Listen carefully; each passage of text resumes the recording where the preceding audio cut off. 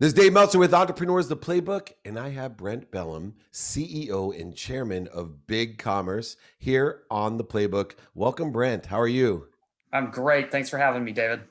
Well, it's so exciting to have someone in the big open data space because I think still today we can't understand the size, scope, and scale of how important data is. I've had some quantum computing people on here. I've been in data a long time in the sports world, especially with gambling becoming so legalized worldwide. That's some of the most valuable data that we can get because those people are worth so much. You're now launching or have launched the B2B edition for BigCommerce. I thought maybe you give me a little bit of your perspective of how important this data is in what you do and how you do it. Great. So just the basics. BigCommerce is a software platform that businesses use to create and manage their e-commerce stores. So whether their e-commerce store is selling to consumers or to businesses or to both, we're the world's second largest e-commerce platform that is software as a service. We have over 60,000 customers, including some of the world's biggest brand names across all categories. And that's fundamentally what customers use BigCommerce to do. It's for their online stores, their online selling. You just mentioned two big announcements we've made in the last week. One is around our B2B edition, which is sort of a pre-packaged set of additional functionality for sellers who are selling business to business, as well as what was announced just yesterday, which is our open data platform. In general, one of the things that makes us different is that as a software as a service platform, we are the most open and flexible. And open and flexible, among other things, in this case, means we want our customers to have total and complete access to, control of their data, and ability to use their data. So we've done something that is unprecedented and extremely powerful for an e-commerce platform. Every one of our pro or enterprise customers has their own data warehouse within Google BigQuery that they can then use to append data, own their data. They can add business analytics tools on top of it, personalization tools, analytic enhancement tools like Segment or Google Analytics, Facebook Pixel information. And so this open access to a merchant's data is really valuable, whether you're just analyzing your business or actually trying to power personalization and other experiences on your website with it. And with BigCommerce, before the B2B edition or the big open data solution that you have, your reputation, around the world has been simplicity. Where a lot of people, it's so complex. There's so many bells and whistles that the utility of the SaaS solution, I think, got interfered with. And yet, as far as my personal experience and perception has always been, that's the simplest solution, but Yes. it's extremely powerful. What is BigCommerce's perspective or goal when it comes to simplicity or any types of UI that's specific to helping the consumer and now the other business members? I'm going to answer that question with a bit of a sort of a historical overview of how e-commerce has evolved around the world. So if you go back to the late 90s, when e-commerce was just beginning, companies to create an e-commerce website had to buy all this software, all this hardware, figure out how to host it and secure it and integrate it, and it was a nightmare. I bet my career once back at the end of 99, beginning of 2000, on a different model, a model where instead the software was served up over the internet. You didn't have to license it. You didn't have to own it. You didn't need your own army of software engineers and IT professionals. They didn't even call it SaaS back then, software as a service. They called it the ASP model. But the company I joined called Escalate was one of maybe 5 around the world. There was Yahoo Stores, Volusion, Blue Martini. We were sort of the early versions of SaaS as a platform in e-commerce. Great idea, was too early and it wasn't a success, right? So I failed in that first attempt of a company that I joined.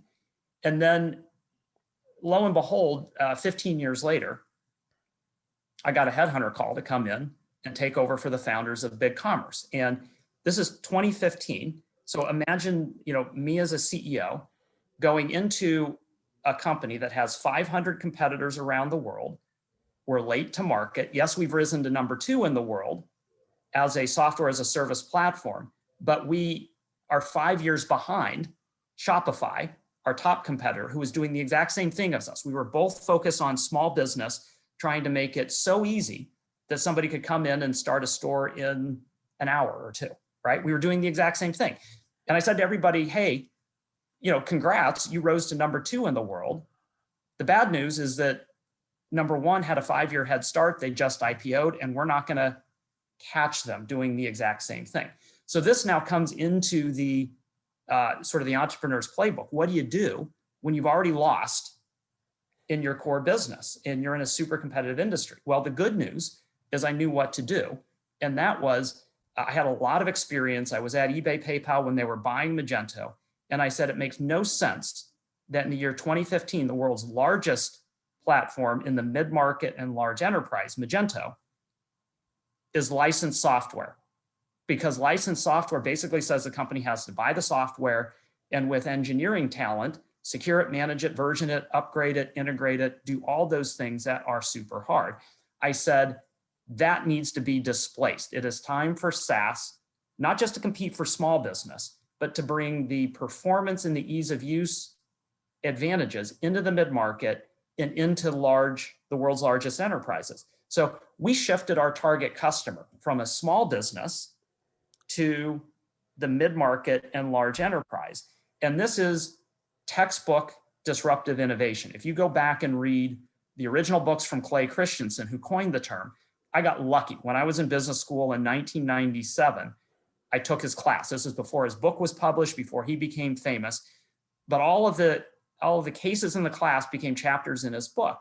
And he basically says all of his case studies of disruptive technology are technologies like BigCommerce that start at the underserved low end of the market. They focus on small business who want something simpler, cheaper, faster, easier than the really expensive market leader. They want that.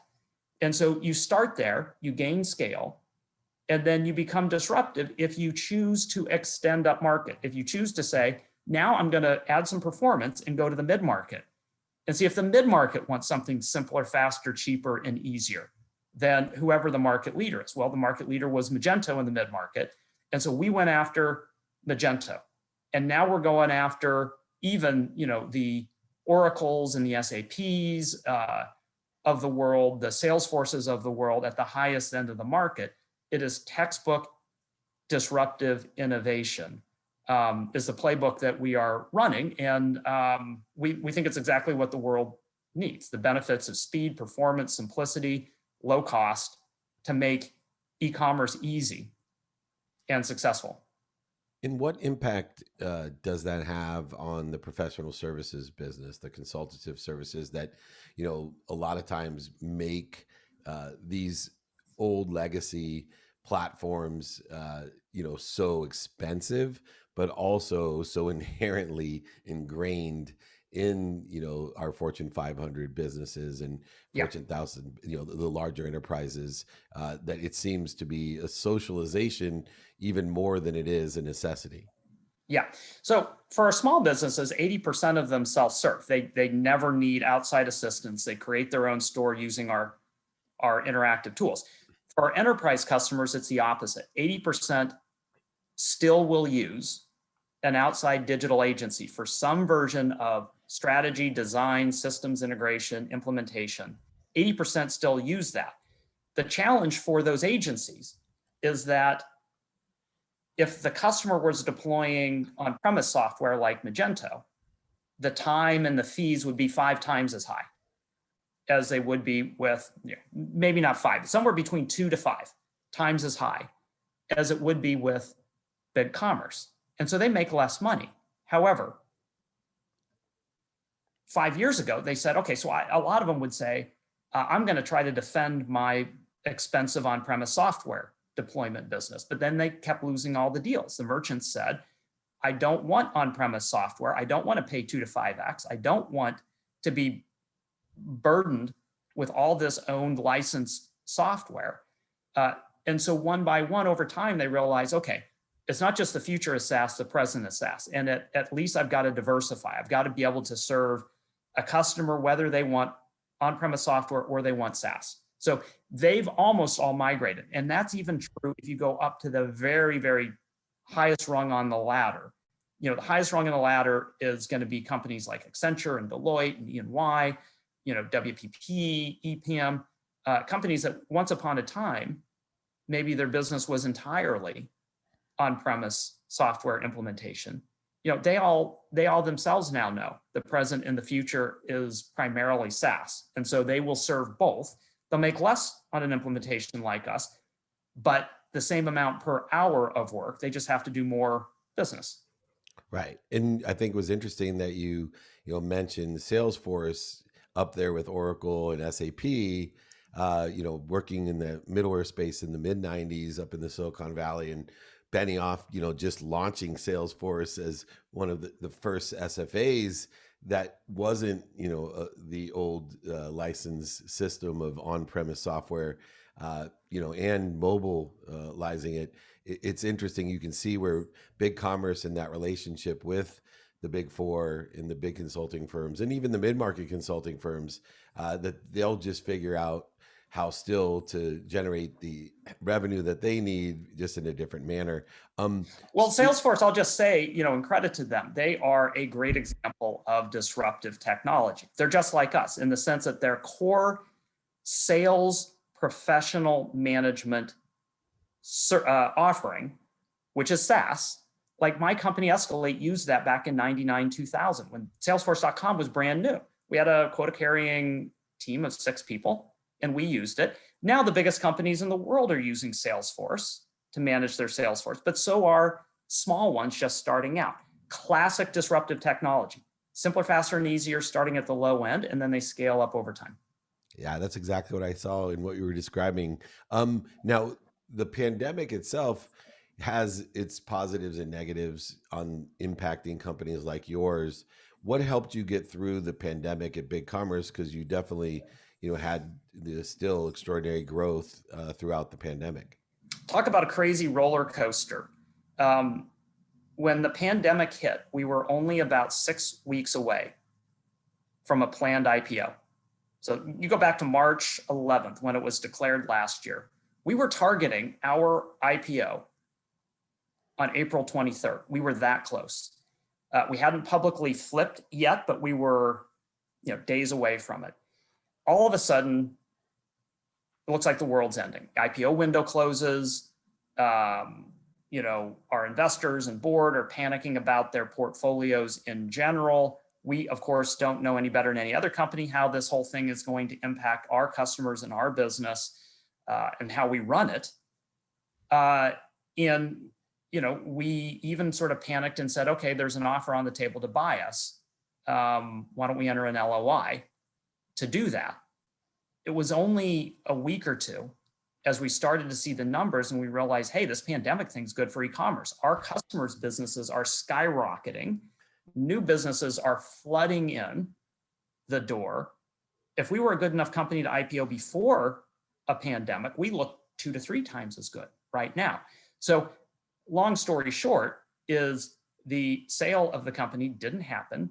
We got ourselves out of that and we IPO'd very successfully in August, by a lot of metrics in terms of market cap relative to revenue, initial pricing, initial trade relative to pricing. We were one of the top 3 to 5 software IPOs ever up until that point. And that was the sort of how the pandemic helped everybody realize that a world in which consumers and businesses are reliant on the internet for selling and buying, even if it's buy online, local delivery, or pick up in store, it's the present, not the future. This world has just completely changed. And what's cool about our company and gets us so fired up is we get to serve all these companies and all these consumers. Like we are trying to be the most open, nimble, powerful platform in the world for a business to do and run its e-commerce. That whole and we had a lot of customers who had to save themselves. They got a little flat-footed. Suddenly their online channel had to go from like a small fraction of their total to everything. And we saved a lot of businesses, and they're thriving now because we were there for them and the solution they needed. And last question, real quick. Obviously coming out of the pandemic here in California, we're on day 1 or 2. I don't know which day it is of no masks, and the freedom that we're feeling has been extraordinary, even with the hot weather.